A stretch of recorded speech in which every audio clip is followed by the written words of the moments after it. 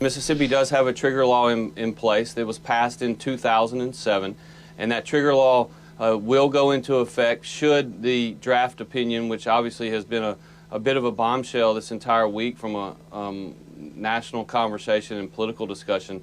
But yes, our trigger law will go into effect. It does have an exception for rape. It does have an exception for the life of the mother. Governor Tate Reeves on CNN Sunday Morning said the state is already investing millions of more dollars in child protective services, human services, and foster care to prepare for the possible increase in mothers forced to give birth in this state. We want to make sure that we provide them the resources that they need, provide them the help that they need. But if they choose not to, we want to make sure that we have plans in place to protect those babies once they're born, and that's why we talk about foster care. We talk about adoptions and other things, creating forever homes for those babies. Steps taken in a state with still one of the highest rates of infant mortality and child poverty. Governor Reeves said the state is not lining up to arrest women or doctors who go through with abortions if the law is struck down. That is not what we're focused on at this time. We're focused on looking at see what the court allows for. The bill that is before the court is a 15-week ban. We believe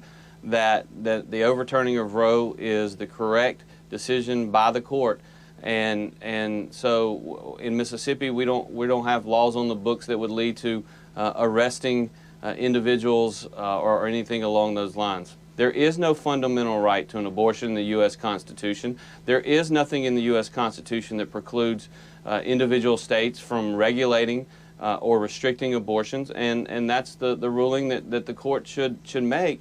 But again, all we have is a leaked draft. We don't have a final say on the matter.